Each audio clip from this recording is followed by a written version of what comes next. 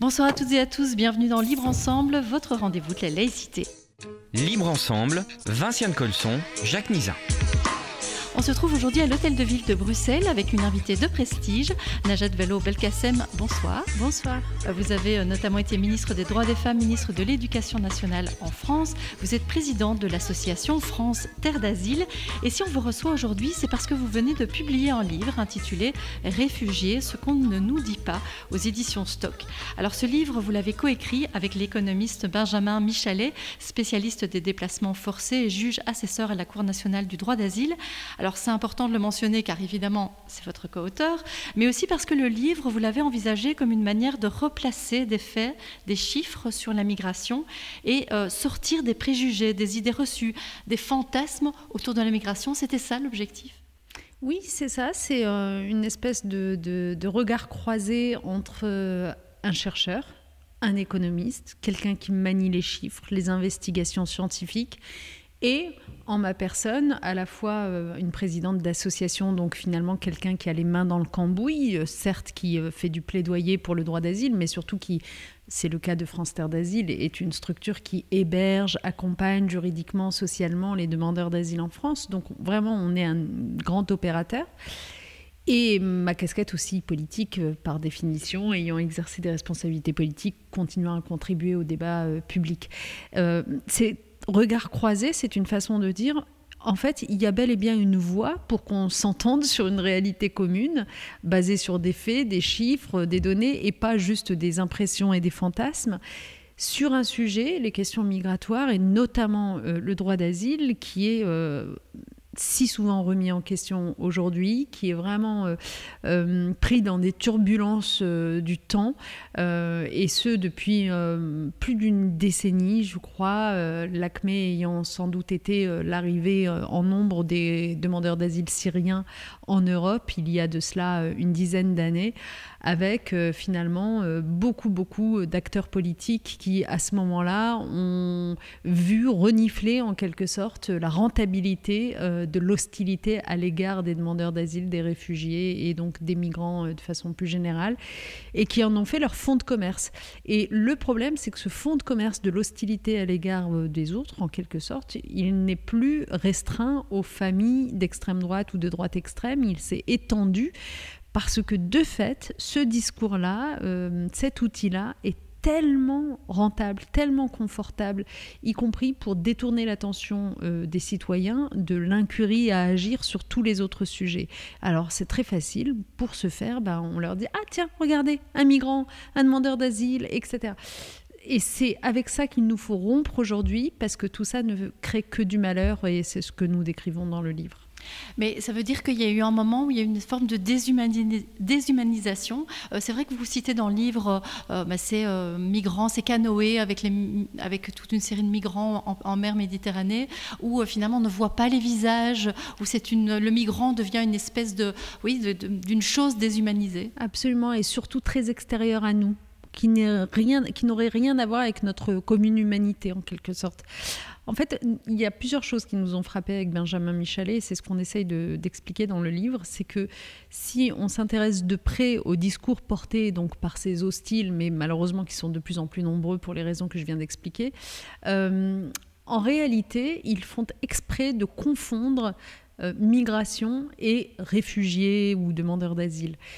Et donc, ils nous servent en permanence des chiffres très élevés en faisant croire à l'opinion publique que ces chiffres très élevés de nouveaux arrivants sur nos territoires respectifs sont constitués pour l'essentiel, voire pour la totalité de demandeurs d'asile. Ce qui est complètement faux. Si on prend les chiffres des nouveaux arrivants chez nous, par exemple, je prends la France, les nouveaux migrants chez nous chaque année, en fait, la population la plus importante parmi eux, c'est celle des étudiants étrangers.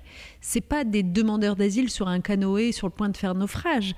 Ensuite, après les étudiants étrangers, ça va être, par exemple, les questions de migration économique, c'est-à-dire des gens qui viennent pour occuper des emplois qui les attendent là, pour être médecin à l'hôpital, pour être chercheur dans une université, etc. C'est ça, en fait. Et finalement, les demandeurs d'asile, ils arrivent tout en bas de l'échelle, ils représentent à peine 12 à 15% en fonction des années, là où les étudiants étrangers, par exemple, étaient à 30%. Bon, et donc, finalement, c'est mentir aux gens, c'est manipuler l'opinion que de laisser croire que les grands chiffres, les 300 000 personnes nouvellement arrivées chaque année, etc., seraient pour l'essentiel des gens dans des canoës et qu'on n'a pas d'autre choix que d'accepter. C'est pas vrai. L'immense partie de la migration qui nous arrive chaque année, d'abord, il faut que les citoyens sachent que les pouvoirs publics peuvent tout à fait la réguler, parce que les étudiants étrangers, la migration économique, ils peuvent tout à fait dire en ce moment, nous avons moins besoin de main-d'œuvre, en ce moment, nous en avons plus besoin, les étudiants, plus. Donc, on peut tout à fait réguler. Il faut arrêter avec l'idée qu'on ne pourrait plus rien maîtriser. Et s'agissant des demandeurs d'asile, où en effet, des grands principes, la Convention de Genève, le droit international, mais aussi notre histoire nous impose d'instruire la demande de ces demandeurs d'asile pour accepter ou pas d'en faire des réfugiés, eh bien, ils représentent en réalité un tout petit nombre. Donc, il faut revenir à la raison, s'éloigner des fantasmes qui circulent et qui veulent juste alimenter la théorie du grand remplacement et regarder concrètement et se dire, en fait, pendant qu'on confond tout, on est en train à la fois de détricoter le droit d'asile qui est quand même un héritage tellement précieux, qui nous vient tout de même de très loin dans le passé, et singulièrement s'agissant de la Convention de Genève, elle nous vient en fait de la Seconde Guerre mondiale, lorsque des Juifs fuyaient l'Allemagne et le sort qui leur était réservé dans ce pays-là, et frappaient aux portes des pays voisins, les portes qui sont restées fermées, et leur destin qui s'est terminé dans un camp d'extermination. Donc, c'est comme ça que la Convention de Genève a été adoptée quelques années plus tard. C'est pour dire plus jamais ça. On ne laisse pas des gens qui sont sujets à des persécutions sans aucune solution. Donc, ces dernières années, à quoi on a assisté ? Un détricotage progressif de toutes ces garanties autour du droit d'asile. On y reviendra peut-être. Et en même temps, s'agissant de la partie de la migration qu'on va qualifier de volontaire, étudiants, migration de travail, etc., finalement, à une totale perte d'ambition. Mais ce n'est pas le moment de perdre de l'ambition sur ces sujets-là, dans des sociétés qui sont vieillissantes comme les sociétés européennes, avec des grands équilibres économiques, sociaux, etc., où par exemple, si je prends la France, les gens sont dans la rue pour dire on ne veut pas que vous repoussiez l'âge de la retraite. Mais oui, dans ce cas-là, on a besoin d'actifs pour assurer l'équilibre du système des retraites. Les actifs, si on ne les a pas parce que notre démographie est en baisse, il faut quand même qu'on ait des travailleurs étrangers. Et donc, du coup, en fait, on est en train de passer à côté, même de ce qui serait dans notre intérêt, c'est-à-dire d'avoir de l'ambition, y compris pour la migration volontaire. Tout ça parce qu'on mélange tout, on laisse les hostiles tout mélanger dans un même sac et faire peur à tout le monde en laissant croire qu'on va être submergé par des gens sur des canoës. Et est-ce que c'est mal vu peut-être aujourd'hui justement de dire que cette migration, elle peut être utile au niveau économique pour la société ? Parce que comment expliquer que finalement on ose si peu en parler en disant effectivement les migrants, ils peuvent être utiles pour le pays au niveau économique aussi ? Il faut le faire, il faut absolument le dire.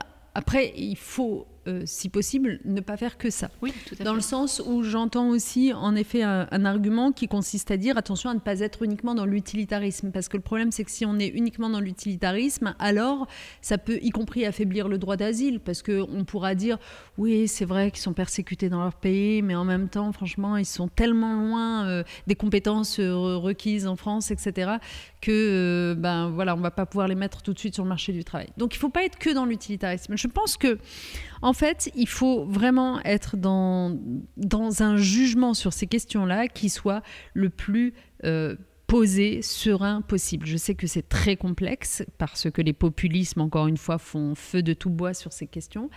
Mais quand les pouvoirs publics ont la chance de pouvoir finalement gérer, être aux manettes, je pense que c'est très important d'abord d'être extrêmement pragmatique. Oui, nous avons des besoins économiques. Et le pire, c'est qu'aujourd'hui, celle qui l'assume le plus d'une certaine façon en Europe, c'est Mélanie. C'est ça qui est insupportable, parce qu'on se dit, mais en fait, elle porte un discours qui est complètement hostile, et en réalité, quand vous regardez, par 2 fois, ces 3 dernières années, je crois, elle a dû régulariser 400 000, puis 400 000 personnes, enfin 800 000 personnes régularisées pour occuper un emploi en Italie. Donc, je pense que nos pouvoirs publics doivent être pragmatiques sur ces questions-là, y compris, pourquoi pas, en se servant de l'exemple de Mélanie. Regardez si même la plus hostile des hostiles est capable de régulariser, enfin, n'a d'autre choix que de régulariser. C'est bien que nous avons des besoins économiques, voilà, il faut le faire.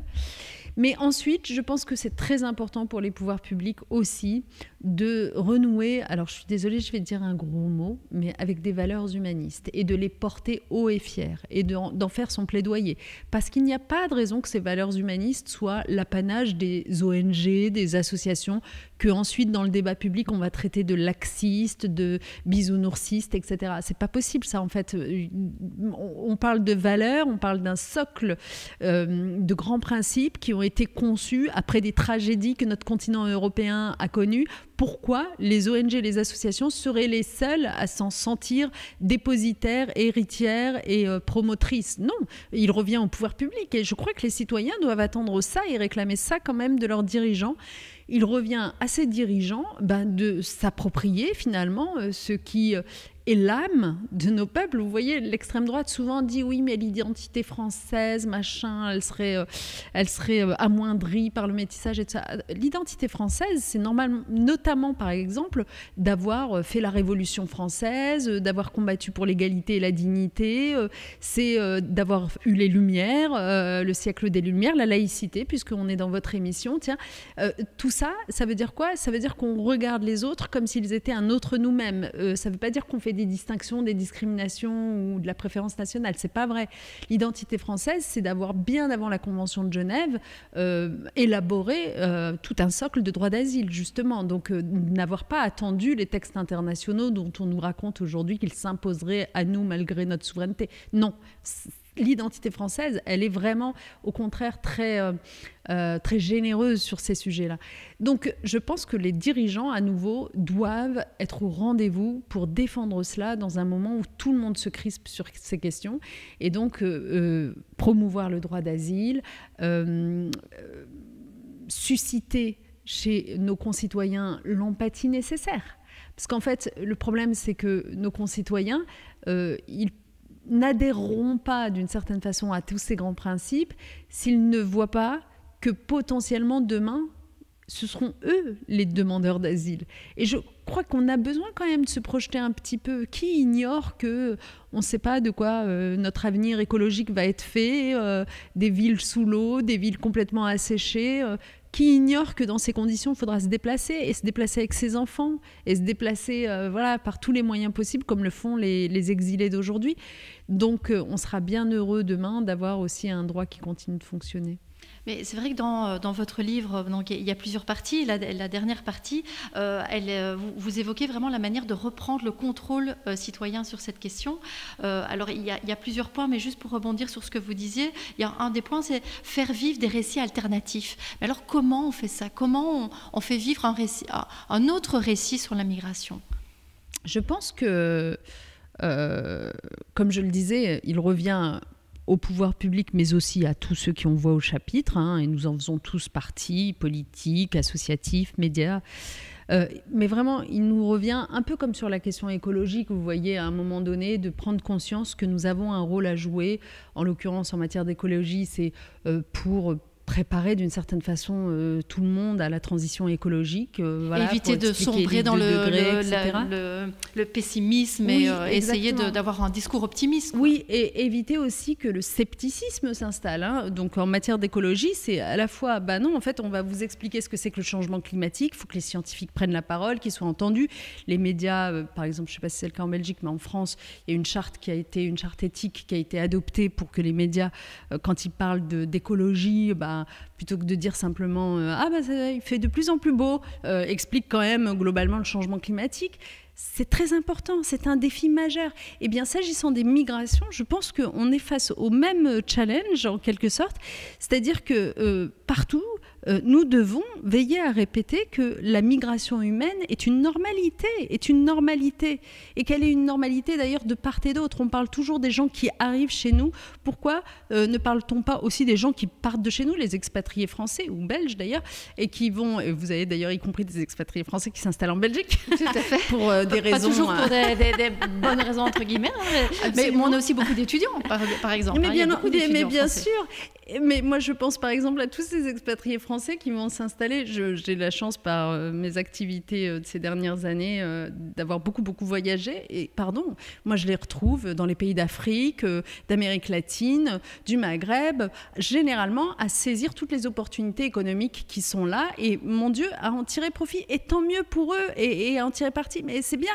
Mais dans ce cas-là, il ne faut pas qu'on se dise que les gens qui viennent chez nous pour occuper un emploi sont des profiteurs, sont des assistés, des gêneurs, etc. Non, en fait, la migration, ça marche dans tous les sens.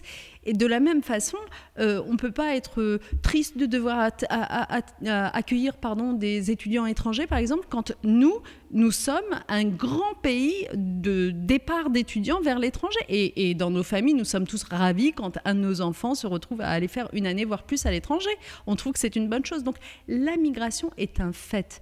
La seule chose que nous, Français, ou nous, Belges, ou vous, Belges, ne connaissons pas en ce moment, mais c'est très circonscrit historiquement, malheureusement, c'est de devoir prendre la route de l'exil, contraint et forcé, persécuté, avec l'enfant qui tient son doudou à la main et pas grand-chose dans une valise.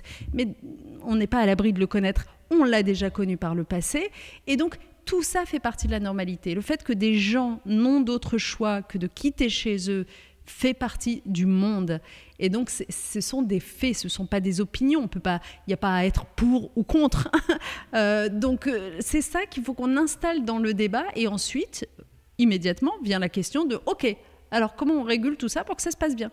Pour que ça se passe bien, pour qui exactement ? Pour tout le monde. Parce que là, l'idée, dans ma bouche, c'est pas d'être la promotrice et la défenseuse uniquement des gens qui s'exilent. C'est d'être la défenseuse et la promotrice du bien-être de la société, de la personne qui s'en va, de la société d'accueil, naturellement, et même d'une certaine façon de la société de départ, c'est-à-dire de réfléchir l'ensemble de tout cela. Et donc, c'est pour ça que moi, je pense que ce qui nous manque aujourd'hui, c'est une espèce de gouvernance mondiale des migrations forcées. C'est-à-dire que certes, vous avez l'UNHCR, le Haut Commissariat aux réfugiés, mais qui s'occupe davantage, on va dire, des pays dans lesquels il y a des grands camps qui accueillent des réfugiés.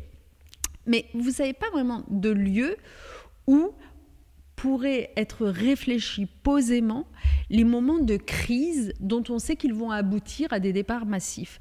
Prenons un exemple pour que je me rende plus clair. Lorsque les Syriens fuient Bachar el-Assad, donc il y a une dizaine d'années de cela, d'abord, on a vu arriver ce qui se passait avec Bachar el-Assad. On a vu, l'horreur commise par ce dirigeant contre son peuple. Donc, il fallait se douter qu'à un moment donné, ça se transformerait en fil de départ. Exactement. Donc, la question, c'est à ce moment-là, pourquoi est-ce qu'il n'y a pas un lieu dans lequel une réflexion est menée sur ces personnes qui quittent la Syrie, en fait, ce qu'elles préféreraient, c'est rester près de chez elles. Je sais que ça paraît surprenant dit comme ça, mais c'est la vérité. Moi, je parle souvent avec des demandeurs d'asile, évidemment, et elles préféreraient rester près de chez elles. D'ailleurs, on l'a vu avec les migrants ukrainiens, ceux qui ont quitté les Ukrainiens. Qui sont allés en Pologne. Ils sont allés en Pologne, en Allemagne, avant de venir en France ou en Belgique, évidemment. Mais tout à fait. Et vous savez pourquoi ? Parce qu'en fait, en restant près de chez soi, c'est quand même une assurance de pouvoir revoir les siens ou de pleurer ses morts. A contrario, partir très très très loin à l'autre bout du monde, non en fait. Donc en fait, si vous voulez, si on se met à la place des gens une seconde, on comprend que leur préférence, c'est plutôt de rester près de chez eux. Mais le près de chez eux, ça veut dire quoi pour quelqu'un qui quitte la Syrie, la Jordanie, le Liban ? Dans quelle mesure est-ce que la communauté internationale aide ces pays à ce moment-là de crise, d'acmé comme ça ? Voilà, qu'on y mette vraiment le paquet pour créer, par exemple, on évoque dans le livre des zones franches en matière d'économie, du soutien à l'activité économique qui profite aussi bien donc aux réfugiés en question qu'à la population locale pour ne pas créer de dissensions et de concurrence entre eux, etc. Voilà comment la communauté internationale, finalement, pourrait comme le fait la communauté internationale sur d'autres sujets. Prenez par exemple l'Organisation mondiale du commerce, elle gère l'organisation du commerce entre les États. Vous avez tout un tas de l'Organisation mondiale de la santé, même chose sur la santé. Eh bien, s'agissant des déplacés forcés, des réfugiés, je trouve qu'il nous manque cette chose-là qui gérerait les choses en disant, voilà, une crise éclate, on vous met tous autour de la table et finalement on constitue une réponse à la crise qui permette d'accueillir les exilés dans des meilleures conditions et de ne pas faire monter le populisme pour rien. Oui, parce que c'est vrai que on parle de populisme, on parle effectivement, on sait que dans les médias, parmi les politiques, on a quand même un discours très dur envers la migration et un discours effectivement qui est de plus en plus accepté. Alors il y a des exemples en France, il y a des exemples en Belgique. Alors j'ai envie de citer un exemple belge récent, c'est donc une famille étrangère qui est arrivée en Belgique. Il y a eu des décisions de justice qui ont dit qu'il fallait lui trouver un logement, mais la ministre a dit « Ah non, on ne l'héberge pas, on les laisse dehors » et elle va contre cette décision de justice. Alors les associations d'accueil, etc., on fait des cartes blanches, etc., mais il y a peu de... on voit des gens dormir dans la rue et on a l'impression que ça émeut de moins en moins, il y a quelques années on se révoltait encore quand on voyait des enfants décédés sur les plages de la Méditerranée. Aujourd'hui, oui, des gens qui dorment dehors, qui n'ont pas de droit alors qu'ils y ont droit, mais en fait on ne leur donne pas de logement par exemple. Ça n'a plus l'air d'émouvoir beaucoup. Et c'est quoi ? C'est vraiment les discours politiques qui ont entraîné ça, et c'est les discours médiatiques. Comment est-ce qu'on peut réhumaniser finalement ces personnes ? Alors, c'est une question à laquelle j'ai beaucoup réfléchi. Je me dis qu'en réalité, l'exemple ukrainien est très, très utile pour répondre à tout un tas de questions.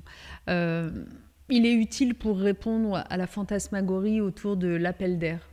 Je ne sais pas si c'est le cas en Belgique, mais en France, on nous explique beaucoup que non, il ne faut pas être trop gentil et accueillant et généreux avec les nouveaux venus, parce que sinon, ça va vraiment les attirer en masse. Parce que, vous comprenez, le système social français fait rêver tellement de gens, la carte vitale, etc. Et nous, association, on passe notre temps à dire, je vous assure que les gens ne prennent pas le risque de se noyer en mer, de traverser le désert libyen, d'être torturés pour la carte vitale, vraiment. Hein.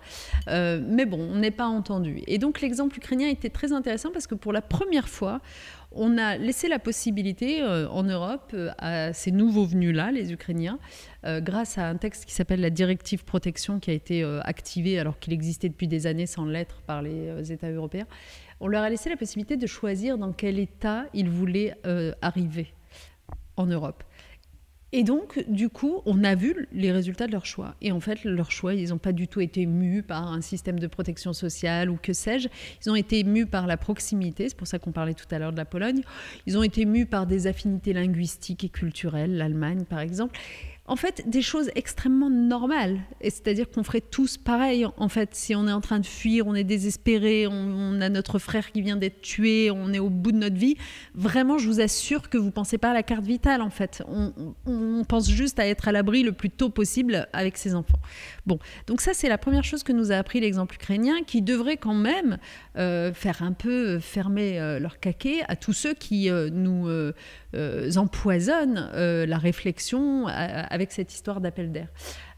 Deuxième chose que nous a appris l'exemple ukrainien, vous vous souvenez de l'énorme mobilisation citoyenne, de l'hébergement citoyen ? En France, en fait, une immense partie des Ukrainiens que nous avons reçus ont été hébergés chez les citoyens, pas par les pouvoirs publics.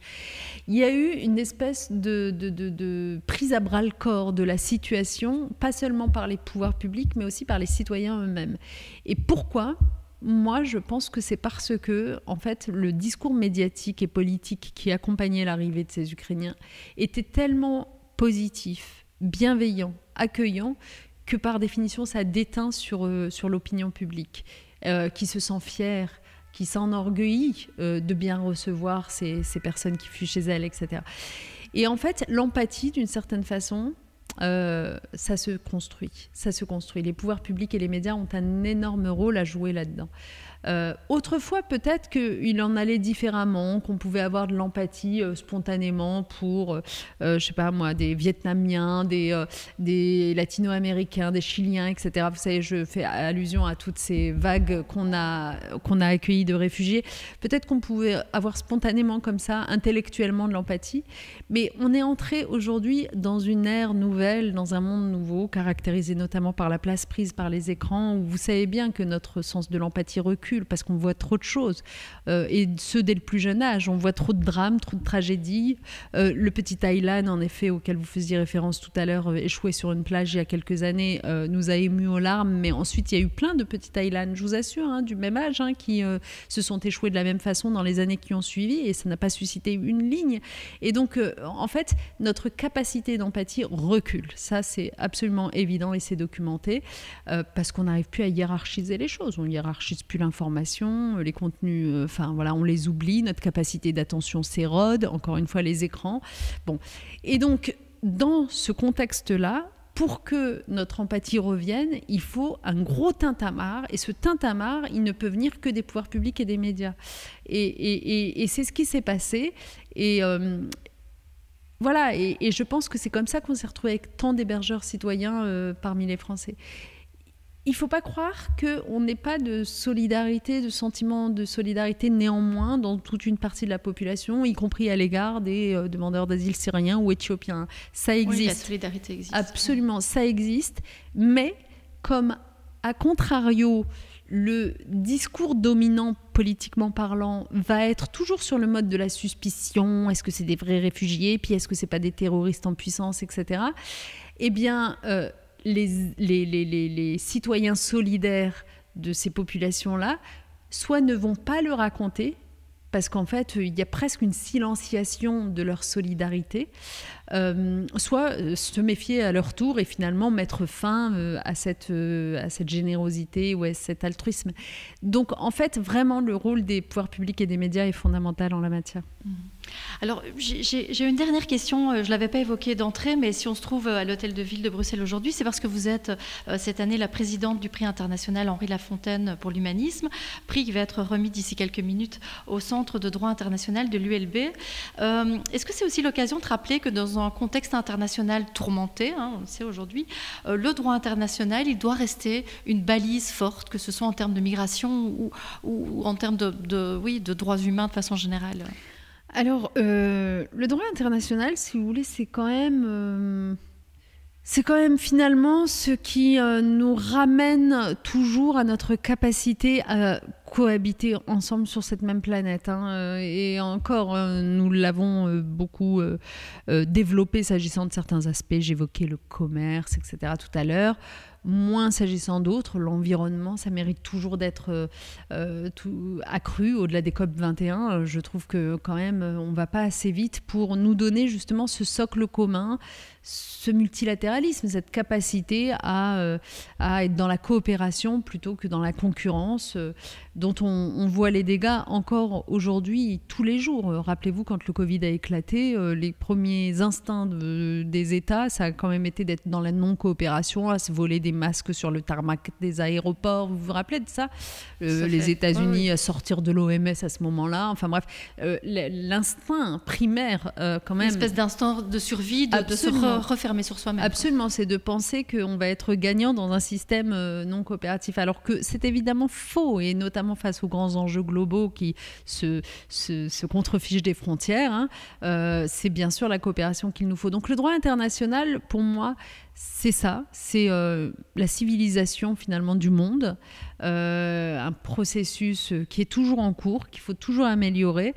C'est ce qui fait qu'on est en capacité, enfin en tout cas certains d'entre nous, pas tous, mais y compris dans des conflits très compliqués comme ce qui se passe malheureusement à Gaza par exemple, de dire en fait non, voilà comment le droit international qualifie les choses, et de sortir du simple clash, buzz, et aussi polarisation. Peut-être de la simple émotion, c'est qu'à un moment, effectivement, au-delà de l'émotion qui peut être très forte, il y a des règles. Il y a des règles, voilà, il y a exactement. le droit qui existe. Et il y a quelque chose de rassurant à se savoir entouré de règles, de normes, de contraintes, de choses qui s'imposent à tous et que ce ne soit pas simplement la loi du plus fort. Le problème, c'est qu'on est en train de traverser une période folle avec un président américain qui donne le là tout de même et qui en plus le donne avec une espèce de... comment dire, il s'enorgueillit quasiment de sa violence, de sa brutalité, de la bêtise et de tout ce qui va avec. Et donc tout ça paraît tellement antinomique avec le droit international et l'idée de normes, mais je pense que c'est le moment ou jamais, au contraire, de résister, de continuer. C'est pour ça que je suis très heureuse de présider ce jury et ce prix Henri Lafontaine, parce que ça fait partie des grandes personnalités comme Léon Bourgeois, par exemple, chez nous en France, qui ont pensé finalement le pacifisme, le solidarisme, l'idée qu'à l'échelle du monde, il y avait une organisation entre nations qui était possible et qui garantirait plus de bien-être collectif. Et je sais qu'en ce moment, c'est pas simple d'être pacifiste, mais il faut continuer à l'être. Oui, et le multilatéralisme, et vous le pariez, hein, cette idée effectivement que ça peut aussi exister en termes de migration. Il y a des choses qui seraient possibles, qu'on pourrait organiser certaines choses. Najat Vallaud-Belkacem, merci beaucoup. Je rappelle le titre de votre livre donc, que vous avez coécrit avec l'économiste Benjamin Michelet, Réfugiés, ce qu'on ne nous dit pas, aux éditions Stock. Et je rappelle aussi que vous êtes présidente de l'association France Terre d'Asile. Merci beaucoup. Merci à vous. Et merci à vous de nous avoir suivis. Une très belle soirée à tous.